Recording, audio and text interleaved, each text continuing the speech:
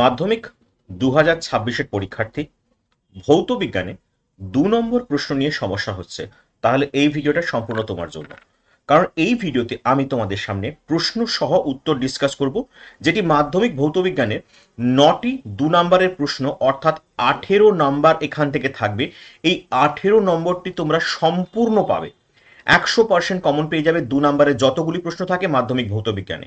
তাই দেখতে থাকো মাধ্যমিকের এই ভিডিওটি। ফিজিক্স একাডেমি বাংলা চ্যানেলে এই ভিডিও তোমাদের সম্পূর্ণ সহায়তা করবে, শুধু একবার দেখে নাও, বাকি দায়িত্ব আমার। প্রথমে যে প্রশ্নটি সবচেয়ে গুরুত্বপূর্ণ সেগুলি আমরা পরপর তুলে ধরবো। প্রথম যে প্রশ্নটি আছে প্রচন্ড ইম্পর্টেন্ট, তোমরা জানো প্রথমে 3-এর দাগ অর্থাৎ বিভাগ গ।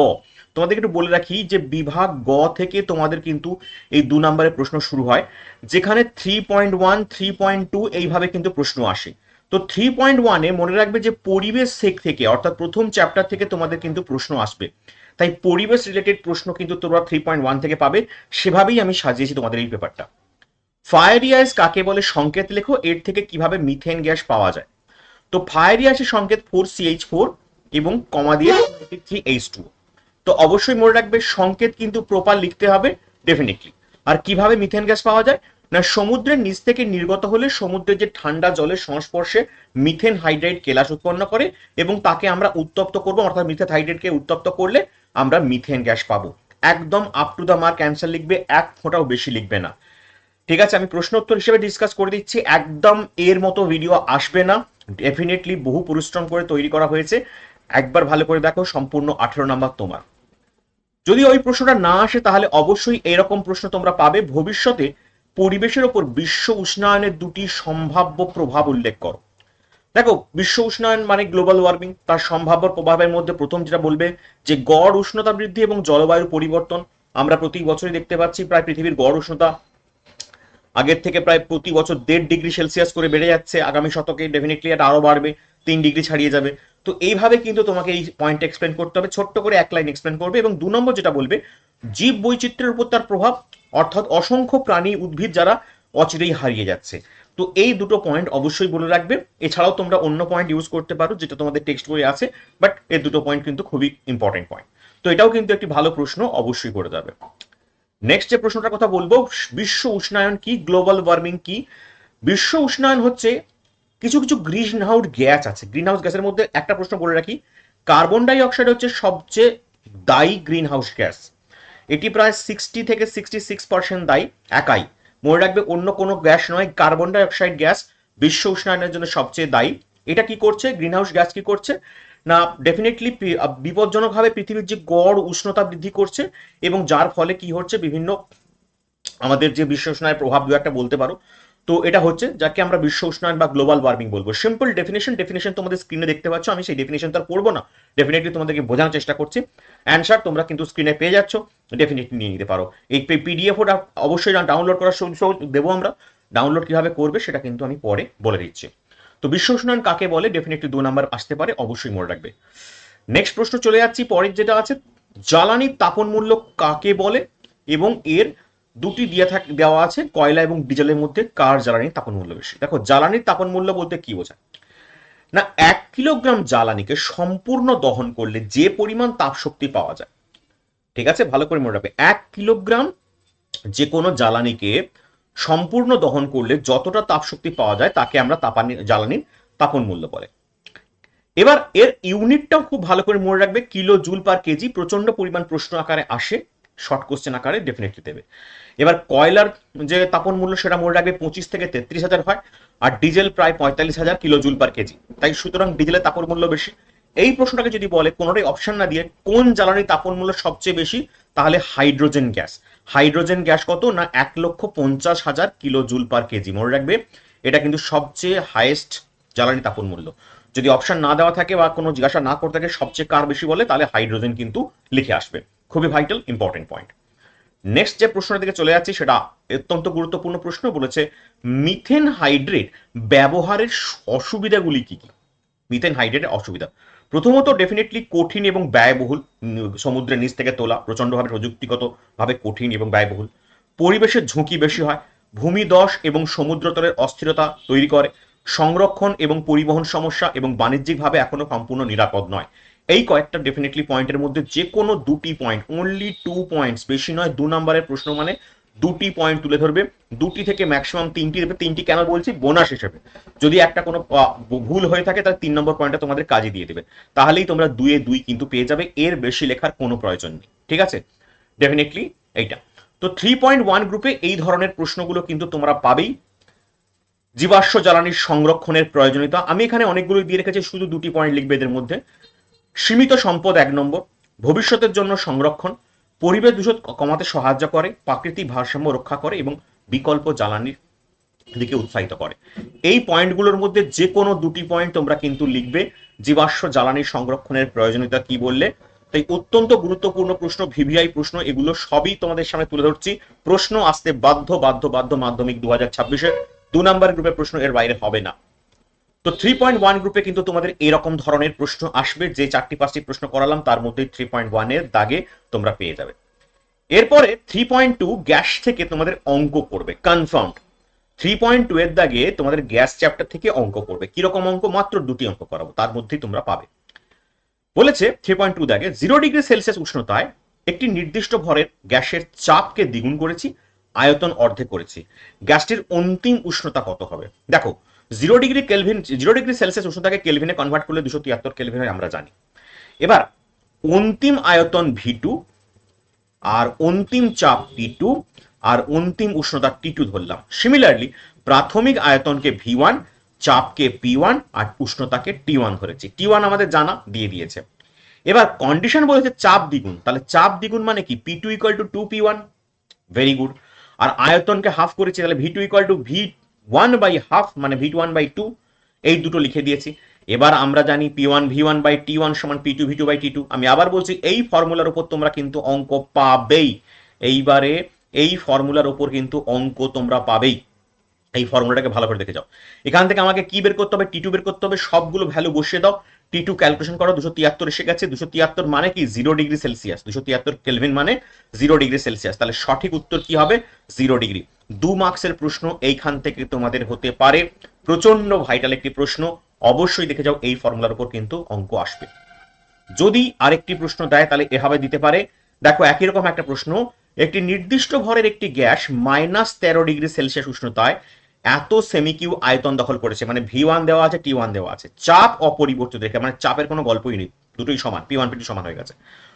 আয়তন বাড়ানো হলো, ডেফিনেটলি 700 সেমিকিউ করা হলো। ঠিক আছে, গ্যাসটির অন্তিম উষ্ণতা T2 বের করতে হবে। T1 আমরা -13কে আমরা ক্যালভিনে কনভার্ট করলাম, কি করতে হয়, 273 অ্যাড করলেই পেয়ে যাবো। -13 + 273 260। V1 V2 দেওয়া আছে ডেটায়, V1 পেয়ে গেছো, V2 পেয়ে গেছো এখান থেকে। তাহলে চার্লসের সূত্র V1/T1 সমান V2/T2, ডেফিনেটলি আমরা জানি। সেখান থেকে আমরা সিম্পল সবগুলো ভ্যালু বসাবো, T2 ক্যালকুলেশন করবো। T2 ক্যালকুলেশন করে 350 পেয়েছি। এটা কিসে, ক্যালভিনে পেয়েছি। আমাকে বের করতে হবে ডিগ্রি সেলসিয়াস। ডিগ্রি সেলসিয়াস করলে -273 করে দিতে হয়। তাহলে অ্যান্সার আসবে 77 ডিগ্রি সেলসিয়াস। তাহলে অন্তিম উষ্ণতা 77 ডিগ্রি সেলসিয়াস। এই ফাইনাল টেম্পারেচার বা অন্তিম উষ্ণতা রিলেটেড প্রশ্ন কিন্তু তোমরা দেখতে পাবে। অবশ্যই এইগুলো অঙ্কগুলোকে ভালো করে করে যাও, এই ফর্মুলার উপর কিন্তু তোমরা অঙ্ক পেতে চলেছো। অথবা এই অঙ্কটা তোমাদের সামনে তুলে দেওয়া হতে পারে এই ধরনের। 4 অ্যাটমসফিয়ার চাপের কথা বলা আছে, 27 ডিগ্রি সেলসিয়াস টেম্পারেচার বলা আছে, 8 গ্রাম হাইড্রোজেন গ্যাস H = 1 দেওয়া আছে, আয়তন কত হবে, আর এর মান দেওয়া আছে এবং লিটার অ্যাটমসফিয়ারে সেটি। তো P দেওয়া আছে 4 atm, মোল সংখ্যা বের করব, তাহলে 8 গ্রাম বাই 4, তাহলে 8 গ্রাম বাই 2, ডেফিনেটলি 4 বেরিয়ে গেল। উষ্ণতা দেওয়া আছে 27 ডিগ্রি সেলসিয়াস, ক্যালভিন করলে 300 কেলভিন হয়ে যাচ্ছে, আর এর মান দেওয়া আছে এবং আয়তনকে আমরা ভি ধরে নিলাম। তাহলে আমরা আদর্শ গ্যাসের সমীকরণ থেকে PV = nRT, এটা সবাই জানি। সব ভ্যালু বসিয়ে দাও, শুধু ভি বাদে সবগুলো আমরা জেনেছি, উপরে ডেটা থেকে সব পেয়ে গেছি। ভি বেরোবে কত, 24.6 লিটার, যেটা হচ্ছে সঠিক উত্তর। এই ধরনের অঙ্ক কিন্তু তোমরা এক্সপেক্ট করবে, 3.2 গ্যাস চ্যাপ্টার থেকে অঙ্ক আসবেই। নেক্সট যে পড়ে চলে যাচ্ছি, এখান থেকে একটি প্রশ্ন, আদর্শ গ্যাস এবং বাস্তব গ্যাসের মধ্যে পার্থক্য লেখো, প্রচন্ড ভাইটাল ভিভিআই কোশ্চেন। আন্তরাণবিক বল সংক্রান্ত প্রথম পয়েন্টে লিখবে, দুটি পার্থক্য লিখতে হবে। আন্তরাণবিক বল বলবে আদর্শ গ্যাসের মধ্যে কোনো আকর্ষণ বা বিকর্ষণ বল নেই, সেখানে বাস্তব গ্যাসের মধ্যে আন্তরাণবিক বল বিদ্যমান, নাম্বার 1 পয়েন্ট। নাম্বার 2 পয়েন্ট, গ্যাসের আয়তন নিয়ে বলবে, আদর্শ গ্যাসের নিজস্ব কোনো আয়তন নেই, বাস্তব গ্যাসের নিজস্ব আয়তন আছে। ব্যাস, এই দুটি পয়েন্ট 2 নাম্বার, 2 এ 2, কেউ আটকাতে পারবে না, কেউ কাটবে না। সুন্দর করে ভাবে সাজিয়ে লিখবে, ফুল মার্কস। কেউ বলবে টেবিল করে লিখবো, লিখতে পারো, ইয়োর চয়েস, বাট এভাবে লিখলেও ডেফিনেটলি তোমাদের বেসিক্যালি পাওয়া যায়। এখনকার দিনে পার্থক্য যদি দুটি পয়েন্ট বলে এভাবে এখন টেবিল বানানো থেকে এটা কিন্তু বেসিক্যালি বেনিফিট পয়েন্ট। তো ডেফিনেটলি আদর্শ গ্যাস এবং বাস্তব গ্যাসের মধ্যে পার্থক্য, টেবিল বানিয়ে লিখলেও কোনো সমস্যা হবে না। নেক্সট প্রশ্ন, খুব সহজ একটি প্রশ্ন, বাট ভিভিআই প্রশ্ন, অনেকেই বুঝতে পারে না। গভীর হ্রদের তলদেশ থেকে একটি বায়ুর বুদবুদ ওপরের দিকে ওঠার সময় আয়তনে বাড়ে কেন? দেখো ফার্স্টেই বলছি, আমি এখানে ছবিটা এঁকে দিচ্ছি, এই একটা ছবি, যখন পুকুরের তলদেশ এইটা, যখন নিচের দিকে যাচ্ছি মানে হাইট বাড়ছে, তখন কি প্রেশারটা বাড়বে, মানে এই অঞ্চলে পুকুরের তলদেশে পি সব থেকে ম্যাক্সিমাম হবে, চাপ ম্যাক্সিমাম, ঠিক আছে। যখন উপরের দিকে উঠবো তখন কি হবে, পি মিনিমাম, মানে চাপ কমে যাবে। চাপ কমে যাওয়া মানে কি, আয়তন কি হয় না, পি ভ্যারিজ 1/v, কার সূত্র, বয়েলের সূত্র। তাহলে চাপ কমলে কি হবে, আয়তনে বাড়বে, এই জন্যই বুদবুদ উপর দিকে উঠলে আয়তন বাড়ে। তাহলে চাপ কমে যাবে, হ্রদের তলদেশ থেকে উপরের দিকে উঠলে চাপ কমে, এবং বয়েলের সূত্র থেকে বলবে যে চাপের সঙ্গে আমাদের আয়তনের সম্পর্ক ব্যস্তানুপাতিক, তাই উপরে উঠলে আয়তন বাড়ে। সিম্পল, ছোট্ট করে সুন্দর করে বুঝিয়ে দেবে, কেউ নাম্বার কাটবে না, সুন্দর করে তোমরা কিন্তু নাম্বার এখান থেকে পেয়ে যাবে।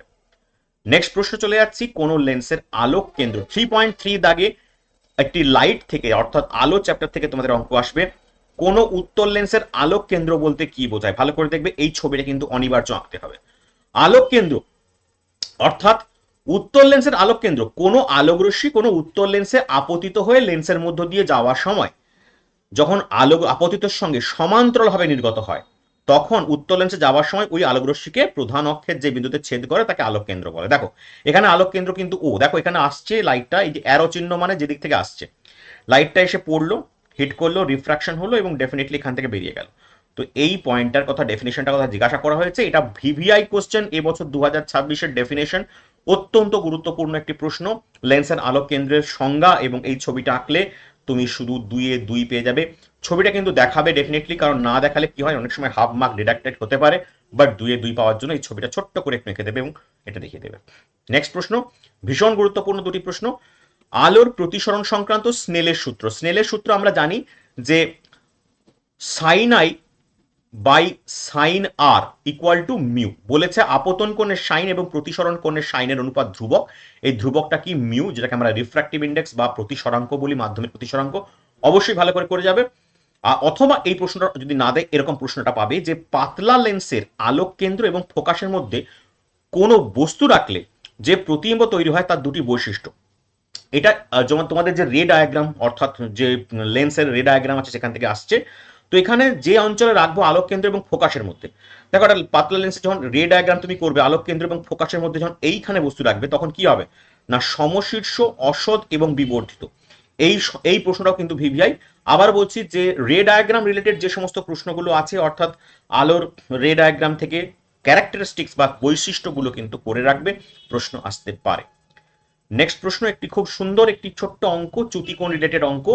সমবাহু প্রিজমের একটি পৃষ্ঠে আলোক রশ্মি কত কোণে আপতিত হলে রশ্মিটির ন্যূনতম চ্যুতিকোণ 20 ডিগ্রি হবে, 2 নম্বরের প্রশ্ন। দেখো এখানে সমবাহু ত্রিভুজের ক্ষেত্রে আমরা জানি a ইকুয়াল টু 60 ডিগ্রি, আমরা প্রিজমের অ্যাঙ্গেল কোনটাকে বলি, এটাকে বলি এটা। তাহলে সমবাহু মানে প্রত্যেকটা অ্যাঙ্গেল 60 ডিগ্রি করে। চ্যুতিকোণ বলেছে ডেল্টা এম সমান 20 ডিগ্রি। তাহলে আমরা জানি ন্যূনতম চ্যুতির ফর্মুলা কি, delta M equal to 2i minus A. এই ফর্মুলাগুলো কিন্তু মাথায় রাখতে হবে, ন্যূনতম চ্যুতির ফর্মুলা। সেখান থেকে আমি ডেল্টা এম এর ভ্যালু 20 ডিগ্রি আমরা এখান থেকে পেয়েছি, এ 60 ডিগ্রি পেয়েছি, এখান থেকে বসিয়ে i ইকুয়াল টু বেরিয়ে গেল 40 ডিগ্রি। তো প্রিজমের 40 ডিগ্রি কোণে আপতিত করতে হবে, যেটা আমাদের জানতে চেয়েছিল, বেরিয়ে গেল অ্যান্সার। খুব সহজ অঙ্ক, 1 সেকেন্ডে অঙ্কটা বেরিয়ে যাবে, শুধুমাত্র যদি ফর্মুলা জানা থাকে। নেক্সট প্রশ্নের দিকে চলে যাচ্ছি, বলছে উত্তল লেন্স দ্বারা কোন ধরনের দৃষ্টিশক্তি প্রতিকার করা হয়। দেখো আমরা দূরদৃষ্টি বা হাইপার মেট্রোপিয়া ঠিক করব। দূরদৃষ্টি কাকে বলে না, দূরদৃষ্টিতে কাছের বস্তু রেটিনার পেছনে তৈরি হয়, কাছের বস্তুর ছবি রেটিনার পেছনে তৈরি হয়, একে আমরা ডেফিনেটলি উত্তল লেন্সের সাহায্যে ঠিক করব। মানে আমাদের যে পেপার পড়তে অসুবিধা, খবরের কাগজ, বই, এ সমস্ত জিনিস আমরা পড়তে অসুবিধা হয়, তখন যে ধরনের সমস্যা, কাছের জিনিস দেখতে পাই না, দূরের জিনিস ভালো স্পষ্ট দেখতে পাই, তাকে দূরদৃষ্টি বলে। আর মায়োপিয়া যদি হয় তখন কিন্তু অবতল লেন্স, ঠিক আছে। এটা কিন্তু মনে রাখতে হবে দুটো। উত্তল লেন্সের এই হাইপার মেট্রোপিয়া রিলেটেড প্রবলেম আসার সম্ভাবনা বেশি। 2026-এ শুধুমাত্র হাইপার মেট্রোপিয়াকেই ফোকাস করেছি আমি, কারণ এটাই হয়তো পড়তে পারে। ডেফিনেটলি দিনের বেলায় আকাশ নীল দেখায় কেন, আলোর বিচ্ছুরণ এর জন্য, তাই। দেখো এই যে বিচ্ছুরণ বা স্ক্যাটারিং আছে, স্ক্যাটারিং হচ্ছে 1/λ⁴, এটা হচ্ছে র্যালের সূত্র। মানে কি, এত কিছু জটিল বুঝতে হবে না। যে আলো তরঙ্গ দৈর্ঘ্য সর্বনিম্ন হবে সে বেশি বিচ্ছুরিত হবে, একদম সহজ ভাষায়। তাহলে বায়ুমণ্ডলে যখন বায়ুর কণাগুলো ঘুরে বেড়াচ্ছে তার মধ্যে স্বল্প দৈর্ঘ্যের তরঙ্গ দৈর্ঘ্য কার? মনে রাখবে তরঙ্গ দৈর্ঘ্য সবচেয়ে কম হয় নীল আর বেগুনির জন্য, সেই জন্য সেটি বেশি পরিমাণে ছড়িয়ে পড়ে। আর সেটি আমাদের চোখ কি করছে? সংবেদনশীল। তাই সেই নীল আলোকে আমরা সব থেকে বেশি পরিমাণ দেখতে পাই বলেই আকাশকে নীল দেখতে পাই। ঠিক আছে, মনে রাখবে যে নীল এবং বেগুনি বর্ণের আলোর তরঙ্গ দৈর্ঘ্য সর্বনিম্ন, যেটি সব থেকে বেশি পরিমাণ ছড়িয়ে পড়ে র্যালের স্ক্যাটারিং বা র্যালের সূত্র অনুসারে। যার তরঙ্গ দৈর্ঘ্য কম সে বেশি পরিমাণ ছড়িয়ে পড়বে, বিচ্ছুরিত হবে। এই বিচ্ছুরিত ভাষাটা যেন থাকে এই জন্যই গোল করে দিয়েছি, তাই জন্যই আমরা আকাশকে নীল দেখি। খুব ভালো প্রশ্ন, দারুণ প্রশ্ন, এবারে সম্ভাব্য প্রশ্নের মধ্যে হাইলাইটেড কোশ্চেন। নেক্সট একটি প্রশ্ন দেব লাইট থেকে।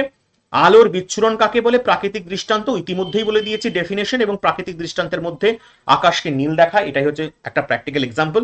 তো বলবে যে কোনো চলমান আলোকরশ্মি যখন মাধ্যমের অণু বা ক্ষুদ্র কণার দ্বারা বিভিন্ন দিকে ছড়িয়ে পড়ে তাকেই আমরা কি বলবো? আলোর বিচ্ছুরণ। সঙ্গে যোগ করতে পারো যে আলোর তরঙ্গ দৈর্ঘ্য যত কম সে বেশি বিচ্ছুরণ ক্ষমতা বেশি দেখায়, এই জন্য নীল এবং বেগুনি বর্ণ বেশি ছড়িয়ে পড়ে। নেক্সট প্রশ্ন, তড়িৎ চুম্বকীয় আবেশ সংক্রান্ত লেন্জের সূত্র VI ভালো করে করে যাবে, 2 মার্কসের প্রশ্নের জন্য ভীষণ ইম্পর্টেন্ট। 3.4 এর দাগের এই প্রশ্নগুলো আসতে পারে।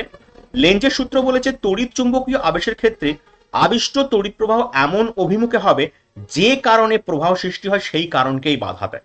ঠিক আছে, তো এটা 2 নম্বরের জন্য এটুকুই লিখতে হবে, এর বাইরে কিছু লিখতে হবে না, কোনো কিছুই লিখতে হবে না, শুধু এইটুকুটা লিখতে হবে। যদি চাও স্ক্রিনশট তুলে রাখতে পারো, পরবর্তীকালে পিডিএফ আমি দিয়ে দিচ্ছি, তবে এটা কিন্তু খুবই খুবই ভাইটাল, ডেফিনেটলি দেখে যাবে।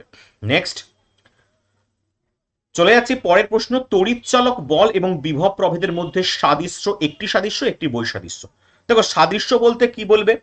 যে উভয়েরই একক হচ্ছে ভোল্ট, তড়িৎচালক বলটা মাপা হয় ভোল্টে, বিভব প্রভেদ ভোল্টে মাপা হয়। বৈসাদৃশ্য কি বলবে? বর্তনী যখন খোলা থাকলে তড়িৎ কোষের দুই মেরুর বিভব প্রভেদকে কোষের তড়িৎ চালক বল বলে। ঠিক আছে, তো ডেফিনেটলি তোমরা অন্য কোনো পয়েন্টে ইউজ করতে পারো, ডাজন্ট ম্যাটার। অবশ্যই এটা কিন্তু ভালো করে মনে রাখবে, এই প্রশ্নটাও কিন্তু ভীষণ VI লেভেলের প্রশ্ন আপকামিং পরীক্ষার জন্য। নেক্সট প্রশ্ন, বৈদ্যুতিক হিটারে যে ফিউজ তার তৈরি করে তার বৈশিষ্ট্য কি? না বলবে উচ্চ গলনাঙ্ক উচ্চ রোধাঙ্ক, দুটি পয়েন্ট লিখে দিয়ে আসলেই 2 হিটারের ক্ষেত্রে। আর ফিউজ তারের ক্ষেত্রে নিম্ন গলনাঙ্ক উচ্চ রোধাঙ্ক। এটা কিন্তু অনেকেই কনফিউজ হয়ে যায়, তাই হিটার এবং ফিউজ তার একসঙ্গে দিয়ে দিয়েছি। প্রশ্নটা দেখো, এটা হচ্ছে হিটারের জন্য, ডেফিনেটলি এটা ফিউজ তারের জন্য। হিটারের ক্ষেত্রে উচ্চ দুটাই হবে, উচ্চ গলনাঙ্ক উচ্চ রোধাঙ্ক, আর ফিউজ তারের ক্ষেত্রে নিম্ন গলনাঙ্ক উচ্চ রোধাঙ্ক। ঠিক আছে, কেন না ডেফিনেটলি ফিউজ তার নিম্ন গলনাঙ্ক না হলে বেশি পরিমাণ বিদ্যুৎ প্রবাহ যদি হয়ে যায় তাহলে গলতে না পারলে শর্ট সার্কিট হয়ে আগুন লেগে যাওয়ার সম্ভাবনা থাকে। নেক্সট প্রশ্ন, একটি খুব সুন্দর প্রশ্ন বলেছে, বড় প্রশ্ন, ভয় পাবে না, দেখো কত সহজে বুঝিয়ে দিচ্ছি। কোষের আভ্যন্তরীণ রোধ এবং ইএমএফ এর মধ্যে সম্পর্ক লেখো।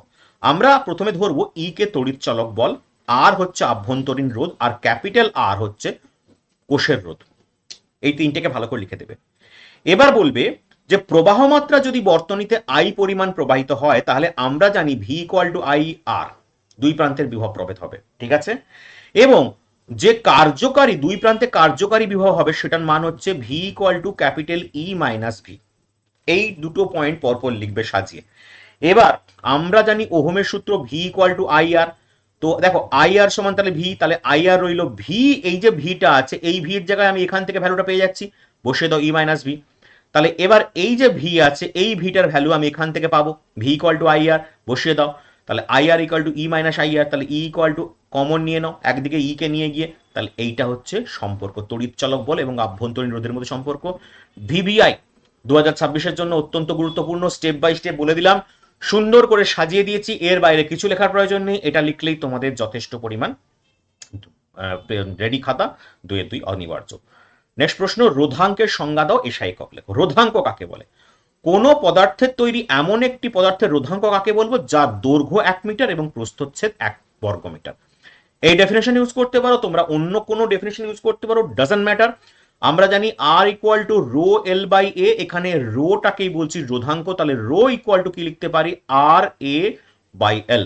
ওকে, ওহম মিটার তার একক। ঠিক আছে, কারণ আমরা কি করে বের করবো? আর এর একক কি? ওহম।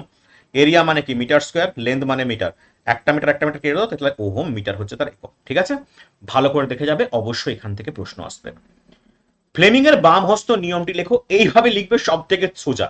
দেখো তিনটে ডেফিনেটলি আমরা মধ্যমা, তর্জনী এবং বৃদ্ধাঙ্গুলি, এটাকে মধ্যমা বলে, এটা তর্জনী বলে, এটা বৃদ্ধাঙ্গুলি, পরস্পরের সঙ্গে লম্বভাবে প্রসারিত করব এইভাবে। এবার দেখো এইভাবে লিখে দেবে, হয়ে গেল। তর্জনী, তর্জনী এই আঙুলটা কি হবে, চৌম্বক ক্ষেত্রের দিক নির্দেশ করবে, চৌম্বক ক্ষেত্রে। মধ্যমা তো বিদ্যুৎ প্রবাহ বা তড়িৎ প্রবাহের দিক নির্দেশ করবে। তাহলে বুড়ো আঙুল কি করবে না, পরিবাহীর ক্রিয়াশীল বল ডেফিনেটলি নির্দেশ করবে, পরিবাহীর ক্রিয়াশীল বল নির্দেশ করবে। এই তিনটে পয়েন্ট এইভাবে লিখে দেবে, পুরো 2-2। ভীষণ গুরুত্বপূর্ণ 2026-এর প্রশ্ন, এত সহজভাবে লিখবে যাতে তোমাদের সাজিয়ে লিখবে, একদম প্যারা করে না লিখে এভাবে পয়েন্ট পয়েন্ট করে সাজিয়ে লিখবে, স্যার দেখে অত্যন্ত খুশি হবেন। এই খাতাগুলো ডেফিনেটলি টপার্সদের কিভাবে লিখতে হয় সেভাবেই খাতা সাজানো হয়েছে, টপার্স যারা যেভাবে লিখে নাম্বার পেয়েছেন তাদের অনুসারে এই খাতাগুলো সাজানো হয়েছে, তাই এইভাবে কিন্তু তোমরা অবশ্যই করবে। নেক্সট প্রশ্ন, পরের যে প্রশ্নটা আছে, ফিউজ তারের রোধ এবং গলনাঙ্ক কেমন হওয়া উচিত, কেন? দেখো ফিউজ তারের রোধ ডেফিনেটলি কম হওয়া উচিত, কিন্তু একেবারেই শূন্য নয়, কারণ রোধ কম হলে স্রোত মানে কারেন্ট যে সহজে গিয়ে ফিউজ গরম হয়, আর খুব বেশি হলে কার্যকারিতা কমে যায়। আর গলনাঙ্ক ডেফিনেটলি কম হবে, কারণ বিদ্যুৎ সীমা অতিক্রম করলে দ্রুত গলে যাবে, কারণ এই না হলে শর্ট সার্কিটের হাত থেকে রক্ষা পাবে না। বিদ্যুতের গলনাঙ্ক যদি, ফিউজের গলনাঙ্ক যদি বেশি হয় তাহলে কিন্তু শর্ট সার্কিট হতে পারে, এই গলনাঙ্ক কম রাখতে হবে। তাহলে সংক্ষেপে কি লিখবে, কম রোধ কম গলনাঙ্ক। ঠিক আছে, একদম স্টেপ বাই স্টেপ অ্যান্সার লিখবে, এর বাইরে কিচ্ছু লেখার দরকার নেই, এর মধ্যে থেকেই সমস্ত প্রশ্নগুলো তোমরা পেয়ে যাচ্ছ। ওহমের সূত্রটি লেখো, গাণিতিক রূপ লেখো। দেখো আমরা ওহমের সূত্রকে আমি যেভাবে বলছি সেভাবে রিপ্রেজেন্ট করবে, তাপমাত্রা এবং অন্যান্য ভৌত অবস্থা অপরিবর্তিত রেখে, এখানে যেটা লেখা আছে লিখতে পারো, বাট আমি যেটা বলছি সেটা আরো সহজ এবং খুব ভালো। তাপমাত্রা এবং অন্যান্য ভৌত অবস্থা অপরিবর্তিত রেখে কোন পরিবাহীর প্রবাহ মাত্রা তার দুই প্রান্তের বিভব প্রভেদের সমানুপাতিক। কি বললাম, তাপমাত্রা এবং অন্যান্য ভৌত অবস্থা অপরিবর্তিত রেখে কোন পরিবাহীর প্রবাহ মাত্রা তার দুই প্রান্তের বিভব প্রভেদের সমানুপাতিক। এর গাণিতিক রূপটি লিখবে ভি ইকুয়াল টু আইআর, যেখানে ভিটা হচ্ছে ডেফিনেটলি পরিবাহী দুই প্রান্তের বিভব প্রভেদ, আই হচ্ছে প্রবাহ মাত্রা, আর আরটা রোধ।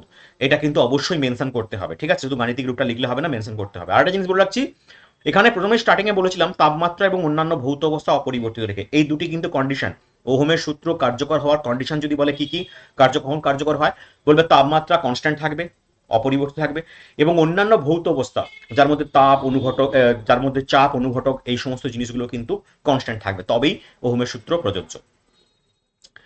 নেক্সট প্রশ্ন, খুব ভালো প্রশ্ন, দেখো তরল হাইড্রোজেন ক্লোরাইড তড়িৎ পরিবহনে সক্ষম নয়, কিন্তু গলিত সোডিয়াম ক্লোরাইড তড়িৎ পরিবহন করে।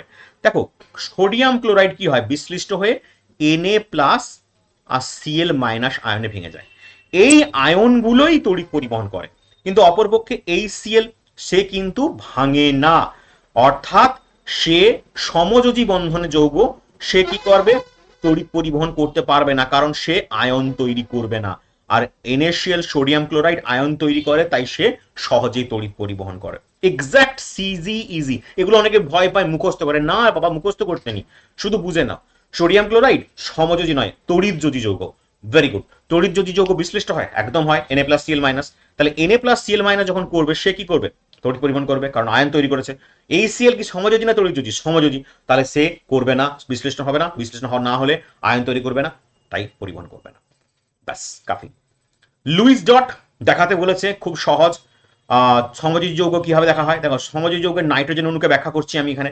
নাইট্রোজেন, নাইট্রোজেন কিভাবে লিখবে, দেখো নাইট্রোজেনের অ্যাটমিক নাম্বার 7, তার ইলেকট্রন বিন্যাস কি 2 5, তাহলে আউটার মোস্ট ইলেকট্রন সংখ্যা 5। দেখো 5টি ইলেকট্রন 1 2 3 4 5, এখানে দেখিয়ে দিয়েছি 1 2 3 4 5, তাহলে এরও কিন্তু 5টি হবে, 1 2 3 4 5।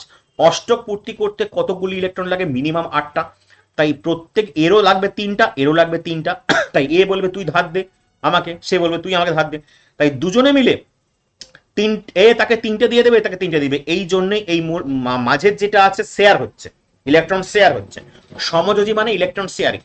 তাই এও অষ্টক পূর্তি হয়েছে, দেখো 6টা 2 8টা, এও অষ্টক পূর্তি 6টা 2 8টা, তাই ট্রিপল বন্ড করেছে, দেখো এখানে একটা বন্ড, এখানে একটা বন্ড, এখানে একটা বন্ড, তাই নাইট্রোজেন ট্রিপল বন্ড করেছে, সমযোজী বন্ধন তৈরি করেছে। তো এভাবে ড্রয়িংটাও দেবে, আর তার সাথে একটু ভাষায় লিখে দেবে 2 2, যেভাবে বললাম, এর বাইরে কিচ্ছু করার দরকার নেই। নেক্সট প্রশ্ন, সোডিয়াম ক্লোরাইড আয়নীয় বন্ধন গঠিত হয় দেখাতে বলছে। সোডিয়াম ক্লোরাইডের সোডিয়ামের 11 আর ক্লোরিনের হচ্ছে 17। দেখো সোডিয়াম 11 মানে হচ্ছে, আমি এখানে লিখে দিচ্ছি, সোডিয়াম 11 ইলেকট্রন বিন্যাস কি হবে আমরা জানি 2, 8 আর 1, আর ক্লোরিন 17 বলেছে না, তাহলে কি হবে 2, 8 আর 7। এর একটি মাত্র ইলেকট্রন ত্যাগ করলে অষ্টক পূর্ণ হয়ে যাবে, আর এর একটি ইলেকট্রন গ্রহণ করতে হবে।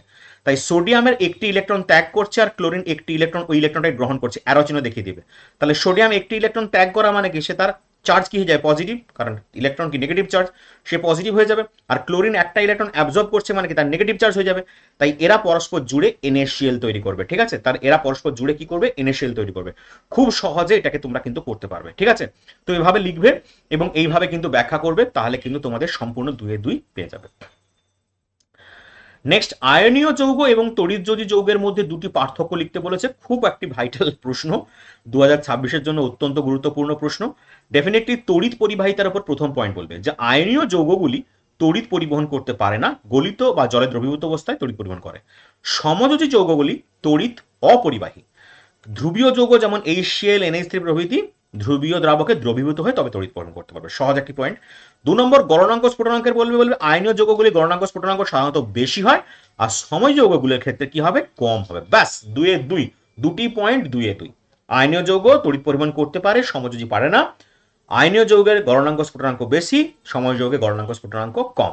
ব্যাস কাফি। নেক্সট প্রশ্নের দিকে চলে যাচ্ছি। CH4 এর লুইস ডট ডায়াগ্রাম দেখো। CH4 মানে মিথেন, তার লুইস ডট। তো এখানে H আর C এর পারমাণবিক সংখ্যা দিয়েছে দেখো। কার্বনের কত, কার্বনের 6টা, 6টা মানে অ্যাটমিক নাম্বার, তাহলে ইলেকট্রন বিন্যাস কি 2 আর 4, তাহলে আউটার মোস্ট ইলেকট্রনের 4টা ইলেকট্রন। দেখো 1, 2, 3, 4। হাইড্রোজেন তো একটি, তাহলে এর একটা, এর একটা, এর একটা, এর একটা, তাই জন্য প্রত্যেকের কাছে দিয়ে দিয়েছি। তাহলে কি করবে, প্রত্যেকে শেয়ার করবে। কার্বনের 8টি লাগবে, তাহলে 4টা হাইড্রোজেনের কাছ থেকে 4টে নেবে, আর প্রত্যেকটা হাইড্রোজেন একটি করে কার্বনের সঙ্গে বন্ডিং করে, তাহলে এইভাবে সে বন্ডিং তৈরি করবে। তো এইভাবে সে মিথেন কি করবে, লুইস ডট ডায়াগ্রাম দেখাবে। লুইস ডট ডায়াগ্রাম কিন্তু ইম্পর্টেন্ট আছে, ভালো করে দেখে যাবে। VVI এবছর 2026-এর জন্য লুইস ডট পড়বেই, অবশ্যই দেখে যাবে।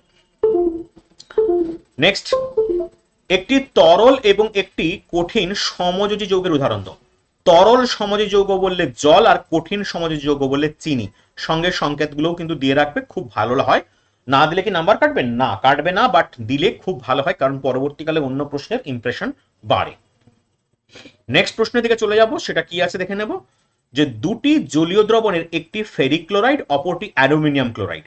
অ্যামোনিয়ার জলীয় দ্রবণে কিভাবে ফেরিক ক্লোরাইডকে শনাক্ত করবে। দুটো দ্রবণ দিয়েছে, ফেরিক ক্লোরাইডের, অ্যালুমিনিয়াম ক্লোরাইডের। কোন দ্রবণ, অ্যামোনিয়ার জলীয় দ্রবণে। তাহলে দেখো ফেরিক ক্লোরাইড FeCl3, তাহলে অ্যামোনিয়াম হাইড্রোক্সাইড দিলে আমরা অ্যামোনিয়াম ক্লোরাইড তৈরি করবে এবং ফেরিক হাইড্রোক্সাইড তৈরি করবে, দিয়ে দিলাম।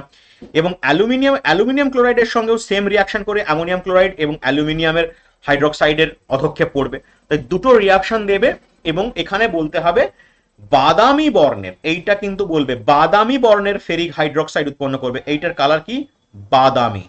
আর এই অ্যালুমিনিয়াম যেটা করছে সেটা সাদা বর্ণের জেলির মতো হবে। এই দুটো ওয়ার্ড থাকলেই, আর রিয়াকশন থাকলে তোমাদের 2-2, কিচ্ছু লাগবে না। এই দুটো ওয়ার্ড এবং দুটো রিয়াকশন দিলে 2-2, আর কিচ্ছু দেখার দরকার নেই। নেক্সট প্রশ্ন, সহজ প্রশ্ন। তীব্র তড়িৎ বিশ্লেষ্য পদার্থ কাকে বলে, উদাহরণ। যারা গলিত এবং দ্রবীভূত অবস্থায় তড়িৎ বিশ্লেষের অধিকাংশ আয়নই অণুতে বিয়োজিত হয় এবং বেশি মাত্রায় তড়িৎ পরিবহন করে, তাদেরকে তীব্র তড়িৎ বিশ্লেষ্য বলে, যেমন H2SO4, NaOH, HCl ইত্যাদি ইত্যাদি। দুটো তিনটে এক্সাম্পল দিলেই কাফি। তো তীব্র তড়িৎ বিশ্লেষ্য কাকে বলে এবং মৃদু তড়িৎ বিশ্লেষ্য কাকে বলে, এই প্রশ্নগুলো কিন্তু ঘুরিয়ে ফিরিয়ে দেয়। তীব্র তড়িৎ বিশ্লেষ্যের সঙ্গে আমি আরেকটা জিনিস বলবো, যে মৃদু তড়িৎ বিশ্লেষ্যর উদাহরণ এবং ডেফিনেশন এগুলো কিন্তু দেখে রাখবে। এই প্রশ্নটা তোমাদেরকে অবভিয়াসলি অ্যাজ এ হোমওয়ার্ক দিয়ে রাখলাম। নেক্সট প্রশ্ন বলছে যে সোডিয়াম ক্লোরাইড তড়িৎ বিশ্লেষণের মাধ্যমে সোডিয়াম ধাতু নিষ্কাশনের সময় অনাদ্র ক্যালসিয়াম ক্লোরাইড যোগ করা হয় কেন। না দেখো, এটা টেম্পারেচার প্রায় 801 ডিগ্রি, কার না সোডিয়াম ক্লোরাইডের গলনাঙ্ক। উচ্চ গলনাঙ্ক কমানোর জন্য ক্যালসিয়াম ক্লোরাইডে সোডিয়াম ক্লোরাইড 3:2 অনুপাতে মেশানো হয়। এই মেশানোর ফলে গলনাঙ্কটা কোথায় চলে আসে, 580 ডিগ্রি সেলসিয়াস চলে আসে। টেম্পারেচারটা কমাতে হবে, এবং বলবে টেম্পারেচারকে উল্লেখ করা প্রয়োজন আছে, অনেকেই প্রশ্ন করছো হয়তো মনে মনে। অবশ্যই উল্লেখ আছে, কারণ তুমি যে টেম্পারেচারটা কমাচ্ছ কোথা থেকে, না 801 ডিগ্রি থেকে প্রায় 580-তে, ঠিক আছে।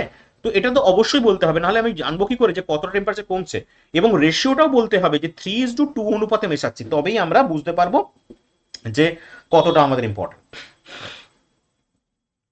নেক্সট প্রশ্ন থেকে চলে যাচ্ছি।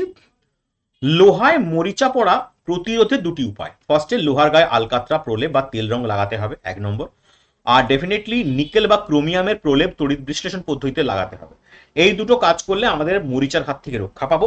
ডেফিনেটলি এর সঙ্গে মরিচার সংকেত কিন্তু দেখে যাবে, মরিচার সংকেত ডেফিনেটলি এটাও কিন্তু প্রশ্ন আকারে অনেকবার শর্ট কোশ্চেনে দিয়েছে, দিতে পারে। নেক্সট প্রশ্ন, অ্যালুমিনিয়াম ব্যবহার বলছে এবং অ্যালুমিনিয়াম পাত্রে চাটনি খাওয়া উচিত নয় কেন? অ্যালুমিনিয়াম প্যাকিং ফয়েলে ব্যবহার করা হয়, আমরা জানি। অ্যালুমিনিয়াম পাত্রে চাটনি খেলে কি হয়? দেখো, চাটনি মানে অম্ল, অ্যাসিড আছে, ভিনিগার বা অ্যাসিডিক অ্যাসিড বা সাইট্রিক অ্যাসিড, টার্টারিক অ্যাসিড, এগুলো দিয়ে তৈরি হয়। এই অ্যাসিডগুলো অ্যালুমিনিয়ামের সঙ্গে বিক্রিয়া করে বিভিন্ন ধরনের লবণ তৈরি করে, যেটা মানব দেহের পক্ষে ক্ষতিকর। যেমন অ্যাসিডিক অ্যাসিডে যখন অ্যালুমিনিয়ামের সঙ্গে বিক্রিয়া করবে তখন কি হবে? Aluminium plus acidic acid definitely এই লবণটা তৈরি করবে। এটা লবণ একটা, এই জটিল লবণটা কি করছে? আমাদের শরীরে প্রচন্ড ক্ষতি করবে, যেটা এই জন্যই অ্যালুমিনিয়াম পাত্রে চাটনি খাওয়া উচিত নয়। সিম্পল এইভাবে লিখবে এবং সঙ্গে একটি রিয়াকশন, 2 কেউ কাটবে না। থার্মিট পদ্ধতি অত্যন্ত গুরুত্বপূর্ণ। বলছে থার্মিট পদ্ধতিতে ফেরিক অক্সাইড থেকে ধাতব আয়রন উৎপাদনের বিক্রিয়াটির সমিত সমীকরণ লেখো, এই পদ্ধতির প্রয়োগ লেখো। থার্মিট পদ্ধতিতে ফেরিক অক্সাইড থেকে ধাতব আয়নের সমীকরণ Fe2O3 প্লাস Al, Fe গলিত অবস্থা থাকবে আর Al2O3 চলে আসবে। ব্যাস, এই সমীকরণটা লিখবে। এর ব্যবহার কি? রেল লাইন, ট্রাম লাইন, বড় বড় লোহার মেশিন, জাহাজের ভাঙা অংশ জোড়া লাগাতে কাজে লাগানো হয়। থার্মিট পদ্ধতি 2026-এর রেড হট টপিক। নেক্সট প্রশ্ন চলে যাচ্ছি, পরের প্রশ্ন, আরেকটি ভালো প্রশ্ন। বলছে ক্লোরিনের সঙ্গে মিথেনের প্রতিস্থাপন বিক্রিয়ার শর্ত কি? বিক্রিয়াটি প্রথম ধাপে সমিত সমীকরণ লেখো। দেখো, ক্লোরিনের সঙ্গে প্রথম যে শর্ত, বিক্ষিপ্ত সূর্যালোকের উপস্থিতিতে বিক্রিয়াটা করতে হবে, নাম্বার 1। এর সমীকরণটা কি? মিথেন প্লাস ক্লোরিন, বিক্ষিপ্ত সূর্যালোক দিতেই হবে, দিলে CH3Cl এবং HCl তৈরি হবে। CH3Clটা কি? Methyl chloride. কি বলা হয় একে? মিথাইল ক্লোরাইড, এবং হাইড্রোজেন ক্লোরাইড তৈরি হবে। ঠিক আছে, এই দুটো লিখে দিলে এবং শর্ত বিক্ষিপ্ত সূর্যালোক দিয়ে দিলে তোমার ফুল নাম্বার কেউ আটকাতে পারবে না। ওকে, নেক্সট। মিথেনের অক্সিজেনে দহন করলে যে সমীকরণটা হবে দেখাতে বলছে। দেখো, মিথেনকে অক্সিজেনে দহন করলে কার্বন ডাইঅক্সাইড গ্যাস এবং জলীয় বাষ্প উৎপন্ন হবে। CH4 প্লাস O2 যোগ করে দাও, দিলে কার্বন ডাইঅক্সাইড প্লাস কি হবে? জলীয় বাষ্প। বাস, এবং তাপ নির্গত হবে, সেটার সঙ্গে ডেল্টা বা তাপ লিখে দেবে, এনাফ। নেক্সট প্রশ্ন, অ্যাসিটিক অ্যাসিড এবং ইথাইল অ্যালকোহলের একটি করে ব্যবহার। দেখো, অ্যাসিটিক অ্যাসিড তো বহু আছে, ভিনিগার প্রস্তুতকর্তায়, মাছ মাংস সংরক্ষণে। ইথাইল অ্যালকোহল রঞ্জন শিল্পে, বার্নিশ কাজে, গালা, কৃত্রিম ঔষধ প্রস্তুতিতে, এরকম বহু আছে এক্সাম্পল। আমি অনেকগুলো করে দিয়ে রেখেছি, কারণ একটা বললে সেটা মনে থাকবে কিনা জানি না, তাই অনেকগুলো করে দিয়ে রেখেছি। তোমাদের যে কোনো একটি বা দুটি এক্সাম্পল দিয়ে দিবে, 2 কেউ আটকাবে না। নেক্সট প্রশ্ন চলে যাচ্ছি পরের প্রশ্নে। বলেছে কার্যকারী গ্রুপ কাকে বলে এবং উদাহরণ দাও। ভেরি ভেরি ইম্পর্টেন্ট, কার্যকারী গ্রুপ যেসব পরমাণু বা পরমাণুগুঞ্জ বা মূলক যাকে বলে, জৈব যৌগের অনুপস্থিতি উপস্থিত থেকে প্রধানত যৌগগুলি প্রকৃতি এবং রাসায়নিক ধর্মকে নিয়ন্ত্রণ করে, এই ওয়ার্ডটা ভীষণভাবে দেবে, তাদের কার্যকারী গ্রুপ বা কার্যকারী মূলক বলে। যেমন অ্যালকোহল শ্রেণী OH হাইড্রক্সিল মূলক থাকে। 2026-এর সম্ভাব্য প্রশ্নের মধ্যে টপ র্যাঙ্কের প্রশ্ন এটা, ভীষণ ভালো প্রশ্ন, গুরুত্বপূর্ণ প্রশ্ন, ভালো করে করে যাবে। কার্যকারী গ্রুপ কাকে বলে, উদাহরণ দাও। নেক্সট প্রশ্ন, ইথিলিনের পলিমারাইজেশন। ইথিলিনকে উচ্চ চাপে প্রায় 1.5 থেকে 2000 বায়ুমণ্ডলীয় চাপে পারক্সাইড বা অক্সিজেন ক্রোমিয়াম অক্সাইড অনুঘটক থাকতে হবে। 150 থেকে 200 ডিগ্রি সেলসিয়াস তাপমাত্রায় উত্তপ্ত করলে ডেফিনেটলি ইথিলিন পলিমার পলিইথিলিন বা পলিথিন তৈরি করে। যেমন এটা দেখানো হয়েছে 1.5 থেকে 1,500 ডিগ্রি সেলসিয়াস, 1,500 বায়ুমণ্ডলীয় চাপ, 150 থেকে 200 ডিগ্রি সেলসিয়াস, আর ক্রোমিয়াম অক্সাইডের অনুঘটক দিলে পলিইথিলিন বা পলিথিন। পলিথিনের যেটা আমরা দড়ি, ব্যাগ ইত্যাদি ইউজ করি, সেগুলো কিন্তু তৈরি হবে পলিথিনের। ঠিক আছে, ভালো করে কিন্তু মনে রাখবে, ভীষণ ইম্পর্টেন্ট প্রশ্ন। আচ্ছা, একটা জিনিস বলে রাখি, এটা কিন্তু সম্ভাব্য প্রশ্নের মধ্যে 3.9 গ্রুপের প্রশ্ন এবং 2026-এর VVI র্যাঙ্কের প্রশ্ন। এটা কিন্তু অবশ্যই করবে, কোনোভাবে মিস করবে না এই প্রশ্নগুলো, মিস করলে কিন্তু পরে পস্তাতে হতে পারে। কিপ যন্ত্রে প্রস্তুত করা যায় একটি গ্যাসের নাম এবং সমীকরণ কিভাবে তৈরি হচ্ছে দেখো। কিপ যন্ত্রে প্রস্তুত করা যায় একটি গ্যাসের নাম হচ্ছে সাধারণ হাইড্রোজেন। কিভাবে তৈরি করব না, জিঙ্কের সঙ্গে HCl অ্যাসিড মেশাবো, জিঙ্ক ক্লোরাইড তৈরি হবে এবং হাইড্রোজেন গ্যাস তৈরি হবে। সিম্পল রিয়াকশন লেখো, কিপ যন্ত্রে প্রস্তুত গ্যাসকে সংগ্রহ করা হয়, এটি সাধারণ একটি পরীক্ষাগারিক পদ্ধতি, এটা কিন্তু লিখে দিলেই 2 এর 2। ওকে, একদম ভাইটাল কোশ্চেন, ভালো করে করে রাখবে। নেক্সট প্রশ্ন, ডিনেচার স্পিরিট কি? VVI question. ডিনেচার স্পিরিট হলো ইথাইল অ্যালকোহল, যেটা সংকেত দেওয়া হয়েছে, বা এথানল বলা হয় যাকে বলা হয়। হুম, মানবদেহে অন্যান্য পানীয় হিসেবে এর কিন্তু গ্রহণযোগ্যতা রয়েছে। বৈশিষ্ট্য কি? এতে বিষাক্তকারী পদার্থ যেমন মিথাইল অ্যালকোহল, প্যারাফিন ইত্যাদি মেশানো থাকবে। এই কারণে পানীয় হিসেবে ব্যবহার করা হয় না। এটা ডেফিনেটলি ওষুধ জাল শিল্প বা শিল্পজাত কাজ, ঘষা, এই সমস্ত জিনিস জ্বালানি হিসেবে ব্যবহার করা হয়। তো ডিনেচার স্পিরিট মানে বিশুদ্ধ এথানলের সঙ্গে বিষাক্ত সংযোজন থাকবেই। ঠিক আছে, এই সংযোজনটা কিসের? ডেফিনেটলি বলবে যে মিথাইল অ্যালকোহল, প্যারাফিন, এই সমস্ত জিনিসকে মেশানো হয়ে থাকে। ডিনেচার স্পিরিট খুব ভাইটাল, বার্নিশের কাছে ইউজ করতে পারো ডেফিনেটলি। নেক্সট প্রশ্ন, গাড়ির হেডলাইটে কোন ধরনের দর্পণ ব্যবহার করা হয়? গাড়ির হেডলাইটে অবতল দর্পণ ব্যবহার করা হয়। এবার কেন করা হয়? দেখো, হেডলাইট বাল্বটি অবতল দর্পণের ফোকাসে বসা হলে বাল্ব থেকে যে আলো বেরোবে সেটা সমান্তরাল আলোকরশ্মি আকারে সামনের দিকে যাবে। এই আলো দূর পর্যন্ত তীব্রভাবে এবং স্পষ্টভাবে বোঝা যাবে, যাতে অসুবিধা না হয়।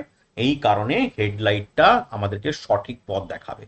এই জন্যই হেডলাইটে আমরা অবতল দর্পণ ব্যবহার করে থাকি। নেক্সট প্রশ্ন দিকে চলে যাচ্ছি, সমাবয়বতা আইসোমেরিজম কাকে বলে এবং উদাহরণ দেব। একই আণবিক সূত্রে বিভিন্ন রাসায়নিক এবং ভৌত সংগঠনযুক্ত যৌগকে সমাবয়বতা বলে। ভীষণ ভালো। দেখো, রাসায়নিক এবং এই ওয়ার্ডগুলো কিন্তু যেন ভুল না হয়, ভিন্ন রাসায়নিক ধর্ম আর একই আণবিক সংকেত বিশিষ্ট। যেমন ব্রাঞ্চিং স্ট্রাকচারাল সমাবয়বতা, এন বিউটেন সংকেত দেখো C4H10, এবং আইসোবিউটেন যাকে বলা হয় এটা আইসো হবে। আর ফাংশনাল গ্রুপের ক্ষেত্রে C2H6O যাকে ইথানল বলছি, এবং ডাইমিথাইল ইথার, দুটোরই কিন্তু সংকেত আলাদা, কিন্তু দুটোরই আণবিক সূত্র কিন্তু একই। তো আইসোমেরিজমের ভিভিআই সম্ভাব্য প্রশ্নের মধ্যে 2026-এর মধ্যে ধরে রাখতে পারো, অবশ্যই ভিভিআই প্রশ্ন অবশ্যই আসতে পারে। নেক্সট প্রশ্ন, টেফনলের মনোমার কি ব্যবহার? টেফনলের মনোমারের নাম হচ্ছে টেট্রাফ্লুরো ইথিলিন, যার সংকেত C2H4, এবং C2F4 এর এই যে গঠন সংকেত দেখানো হয়েছে, এর ব্যবহার বলতে গেলে ননস্টিক প্যানের আবরণ হিসেবে ব্যবহার করা হয়। আর ডেফিনেটলি এই যে ননস্টিক কুকওয়্যারগুলো থাকে, ননস্টিক বাসনপত্র থাকে, তার তলদেশে এটাকে লাগানো হয়ে থাকে। ওকে, এনাফ। 8 নাম্বার লিখলেই 2-2। নেক্সট প্রশ্ন চলে যাচ্ছি, একটি কৃত্রিম পলিমারের উদাহরণ দাও এবং মনোমারের নাম দেখো। কৃত্রিম পলিমার হচ্ছে নাইলন 6, এর মনোমারের নাম হচ্ছে ক্যাপ্রোল্যাকটন। সংকেত মনে রাখতে পারে ভালো, না হলে শুধু নামটা লিখে দিই হবে। ঠিক আছে, তো এটাই 2-2, এখান থেকে আমি বিস্তারিত একটু দিয়েছি, বাট দেখে রাখতে পারো, যেহেতু দড়ি, ফাইবার, কাপড়, এগুলোতে নাইলন 6 এর ব্যবহার সিনথেটিক পলিমার হিসেবে প্রচন্ড হাই এই মুহূর্তে। নেক্সট প্রশ্ন, অ্যাসিটিক অ্যাসিডের সঙ্গে সোডিয়াম হাইড্রোক্সাইডের বিক্রিয়া লেখো। Acetic acid definitely formula sodium hydroxide, লিখে দিয়েছি। কি তৈরি হচ্ছে? Sodium acetate, CH3COO+H2O। দেখো, এখানে এই যে হাইড্রোজেনটা এই OH এর সঙ্গে যুক্ত হয়ে যাচ্ছে, H2O তৈরি করছে, আর বাকি এইটা নাইট্রোজেন সোডিয়ামের সঙ্গে যুক্ত হয়ে সোডিয়াম অ্যাসিডেট তৈরি করছে। ব্যাস, দ্যাটস এটা, কিচ্ছু না। সিম্পল ফর্মুলা, সিম্পল ভাবে মনে রাখতে হবে। নেক্সট প্রশ্ন, দস্তার পাত্রে কপার সালফেট দ্রবণ রাখা উচিত নয় কেন? বিস্তারিত সমীকরণ। কপার সালফেট CuSO4, দস্তা ডেফিনেটলি হচ্ছে ক্ষয় করে পাত্রটিকে। দস্তার সংকেত কি? ডেফিনেটলি দস্তা হচ্ছে SN।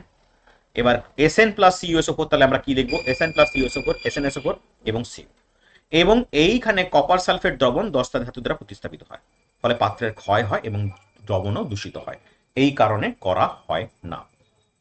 নেক্সট প্রশ্ন, অম্লরাজ কি একটি ব্যবহার লেখো। দেখো, 3:1 এই রেশিওতে দুটো অ্যাসিড মেশাতে হবে। কি কি? না, ডেফিনেটলি 3 আয়তন, এখানে হচ্ছে মনে রাখবে যে এই HNO3 আর হাইড্রোক্লোরিক অ্যাসিডের কথা বলা হয়েছে। HCl 3 আয়তন আর HNO3 হচ্ছে 1 আয়তন, এই দুটোকে এইভাবে মেশাবো। মেশালে যে মিশ্রণ তৈরি হবে তাকে রাজকীয় জল বা ডেফিনেটলি অম্লরাজ বলা হয়। ঠিক আছে, এটা কি কাজে লাগে? না, ডেফিনেটলি ধাতুগুলো, সোনা, প্লাটিনাম, এই সমস্ত ধাতুগুলোকে দ্রবীভূত করতে ব্যবহার করা হয়। ঠিক আছে, খুব ভাইটাল প্রশ্ন। অম্লরাজ কি এর ব্যবহার লেখো, বহুবার পরীক্ষায় পড়েছে, ভালো করে কিন্তু পড়ে যাবে। 2026-এর সম্ভাব্য প্রশ্নের মধ্যে কিন্তু অত্যন্ত গুরুত্বপূর্ণ একটি প্রশ্ন। নেক্সট প্রশ্নের দিকে চলে যাব, কি আছে দেখে নেব। লাইকার অ্যামোনিয়া এবং তরল অ্যামোনিয়ার মধ্যে পার্থক্য, এটাও দেখো লিকার অ্যামোনিয়া বা লাইকার অ্যামোনিয়ার যে গাঢ় দ্রবণ NH4OH, যেখানে লাইকার অ্যামোনিয়া হলো চাপ প্রয়োগে তরলীভূত বিশুদ্ধ অ্যামোনিয়া যা জলবিহীন। মূলত পার্থক্য হচ্ছে লাইকার অ্যামোনিয়াতে জল থাকে, তরল অ্যামোনিয়া জলমুক্ত। লাইকার অ্যামোনিয়া একটি ক্ষারীয় দ্রবণ, তরল অ্যামোনিয়া একটি দ্রাবক হিসেবে কাজ করে, যেটা রেফ্রিজারেশনে ব্যবহার করা হয়। দুটো পয়েন্ট এইভাবে লিখে দেবে, এনাফ। আবার বলছি, লাইকার অ্যামোনিয়াতে জল থাকবে, তরল অ্যামোনিয়া জল থাকবে না। লাইকার অ্যামোনিয়া ক্ষারীয় দ্রবণ আর তরল অ্যামোনিয়া একটি দ্রাবক হিসেবে কাজ করে, যা রেফ্রিজারেশনের কাজে ব্যবহার করা হয়। ব্যাস।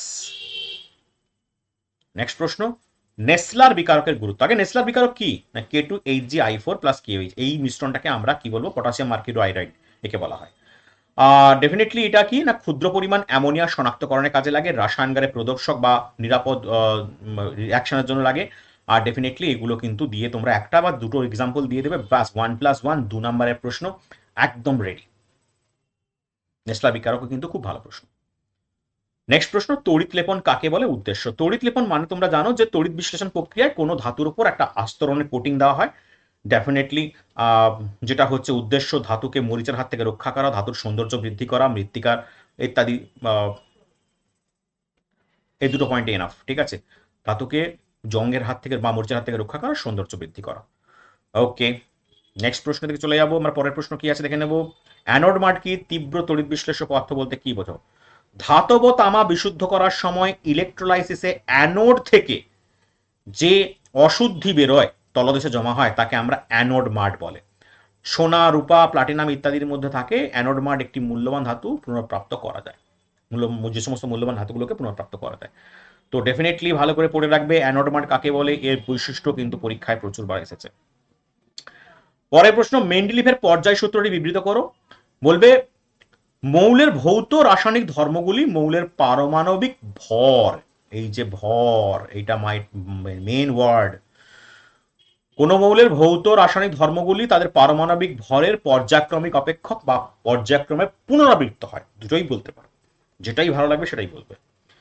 ভর, এটা কিন্তু মনে রাখবে পর্যায় সূত্রটি পারমাণবিক ভরের উপর দাঁড়িয়ে আছে, আর আধুনিক পর্যায় সূত্র যেটা হচ্ছে মোজলের আবিষ্কার, সেটা কিন্তু পারমাণবিক সংখ্যার উপর দাঁড়িয়ে আছে। নেক্সট প্রশ্ন, ইলেকট্রন এবং বিটা কণার সাদৃশ্য বৈসাদৃশ্য। উভয়ের চার্জ হচ্ছে নেগেটিভ এবং ভর প্রায় সমান, আর বৈসাদৃশ্য উৎপত্তি স্থল এবং ব্যবহার আলাদা। ডেফিনেটলি এটা ইউজ তোমরা চেঞ্জ করতে পারো, দুজনেই মনে রাখবে দুটোই হচ্ছে গিয়ে ডেফিনেটলি এই ধরনের প্রশ্ন কিন্তু ভিভিআই লেভেলের প্রশ্ন অবশ্যই করে দেবে। তেজস্ক্রিয়তা একটি নিউক্লিয় ঘটনা ব্যাখ্যা করো, ভীষণ ভালো প্রশ্ন। দেখো, তেজস্ক্রিয়তা নিউক্লিয় ঘটনা, কারণ নিউক্লিয়াস থেকে স্বতঃস্ফূর্ত আলফা বিটা গামা নিঃসরণ হচ্ছে, ফলে নতুন মৌল তৈরি হচ্ছে। এই প্রসেসটা কিন্তু কোনোভাবেই চাপ, তাপ, চৌম্বক ক্ষেত্র বা কোনো ভৌত বা বাহ্যিক কারণ দ্বারা প্রভাবিত হয় না। এটা নিউক্লিয়াসের সম্পূর্ণ আভ্যন্তরীণ শক্তির পরিবর্তনের ফলে হয়, তাই এটি নিউক্লিয় ঘটনা। নিউক্লিয়াসের আভ্যন্তরীণ শক্তির পরিবর্তনের ফলে হচ্ছে, তাই এটি একটি নিউক্লিয় ঘটনা। বহুবার পরীক্ষায় এই প্রশ্নটাকে দেখা গেছে, ভালো করে করে রাখবে। প্রায় আমরা শেষের দিকে চলে এসেছি। আলফা বিটা গামা রশ্মির ভর এবং ভেদন ক্ষমতা তুলনা করো। দেখো, আলফা ভারী, এটা হালকা, আর গামা রশ্মি ভরহীন। এটা স্পিড হালকা, কারণ ভারী মানেই হালকা, ধীরে চলবে, এটা দ্রুত চলে। আর সবচেয়ে ফাস্টেস্ট হচ্ছে গামা, যেটা হচ্ছে আলোর গতিবেগে চলে। আমি ছোট করে লিখে দিয়েছি, আলোর গতিবেগে চলে। ভেদন ক্ষমতা কম, মধ্যম ভেদন ক্ষমতা, আর ভেদন ক্ষমতা সবচেয়ে বেশি হচ্ছে গামার, খুব বেশি। ভালো করে মনে রাখবে, আলফা বিটা গামার ভেদন ক্ষমতার তুলনা আসতে পারে। নেক্সট প্রশ্ন, নিউক্লিয় বিভাজনকে মানব কল্যাণের কিভাবে কাজে লাগানো যায়, বা নিউক্লিয় চুলের ব্যবহার। মানব কল্যাণ বিদ্যুৎ উৎপাদনের ক্ষেত্রে লাগাতে পারবে, চিকিৎসার ক্ষেত্রে লাগাতে পারবে। এগুলো কিন্তু অবশ্যই মনে রাখবে, দুটো পয়েন্ট লিখলেই হবে, যে মানব কল্যাণে বিদ্যুৎ উৎপাদনে নিউক্লিয়ার চুল্লি এখন নিউক্লিয়ার রিঅ্যাক্টর থেকে তৈরি হচ্ছে, টারবাইন চাকা ঘুরিয়ে। ডেফিনেটলি ক্যান্সার চিকিৎসায় রেডিও অ্যাক্টিভ যে বিকিরণ দিয়ে আমরা চিকিৎসা করছি, এগুলো কিন্তু মনে রাখার দরকার আছে, দুটো পয়েন্ট। নিউক্লিয় সংযোজনের পূর্বে বিভাজন ঘটনা হয় কেন। দেখো, নিউক্লিয় যে সংযোজন বিক্রিয়া, যাকে ফিউশন বলছি আমরা, প্রায় উচ্চ তাপমাত্রা 10 কোটি ডিগ্রি সেলসিয়াসের বেশি প্রয়োজন, যা কৃত্রিমভাবে তৈরি করা সম্ভব নয়। এই জন্য হাইড্রোজেন বোমার মতো যে ফিউশন তৈরি করা হয়, ফিউশনের পূর্বে ফিশন দেয়, ফিশন ধরে কি হয়, প্রচুর তাপমাত্রা তৈরি হলো, সেই তাপমাত্রা দিয়ে ফিউশন রিয়াকশন করা হয়। এই জন্য আমরা কিন্তু করব, একদম বেসিক ভাবে সুন্দর করে লিখবে যে সংযোজনের পূর্বে বিভাজন ঘটানো হয়, কারণ সংযোজনের জন্য যে তাপমাত্রার প্রয়োজন সেটা একমাত্র বিভাজন থেকে পাওয়া সম্ভব। তাই বিভাজন করাও, বিভাজন করিয়ে তাপমাত্রা তৈরি করো হাই টেম্পারেচার, সেই তাপমাত্রা দিয়ে সংযোজন করো। এই প্রশ্নগুলো কিন্তু অ্যাভয়েড করবে না, ভেরি ভেরি ইম্পর্টেন্ট। ভালো করে দেখো, এবিসি তিনটি মৌলের পারমাণবিক সংখ্যা যদি এত এত, আমি লিখে ফেলবো এ সমান 3, বি সমান 11 আর সি সমান হচ্ছে 19। বিক্রিয়ায় সমযোজী না তড়িৎযোজী যৌগ উৎপন্ন করে? বি এর সঙ্গে ক্লোরিন, আমি বিটা কি 11, 11 মানেই হচ্ছে আমরা জানি সোডিয়াম। কি করে জানবো? 1 থেকে 20 অবধি পারমাণবিক সংখ্যা পিরিয়ডিক টেবিলের মনে রাখতে হবে, না হলে সমস্যা। তাহলে ইলেকট্রন বিন্যাস কি না 2 8 1। ক্লোরিন বলেছে, ক্লোরিন কত 17, 17 ইলেকট্রন বিন্যাস কি 2 8 7। তার মানে এ একটি ইলেকট্রন ত্যাগ করবে আর এ একটি ইলেকট্রন অ্যাড করবে। তাহলে এটাকে আমরা লিখতে পারি যে Na প্লাস Cl মাইনাস, তবেই তো সে ডেফিনেটলি কি করবে, NaCl তৈরি করবে। আর এটা কি যোজী যৌগ? তড়িৎ যোজী যৌগ। ঠিক আছে, এভাবে সুন্দর করে লিখে দেবে যে এদের মধ্যে বি এর ইলেকট্রন বিন্যাস 11টাকে লিখে দেবে, যেটা সোডিয়াম এবং ক্লোরিন। এটা সোডিয়াম একটি ইলেকট্রন গ্রহণ করবে, ত্যাগ করবে, এবং ক্লোরিন একটি ইলেকট্রন গ্রহণ করবে। তাই এটি একটি তড়িৎ যোজী বিক্রিয়া, যৌগ উৎপন্ন করবে।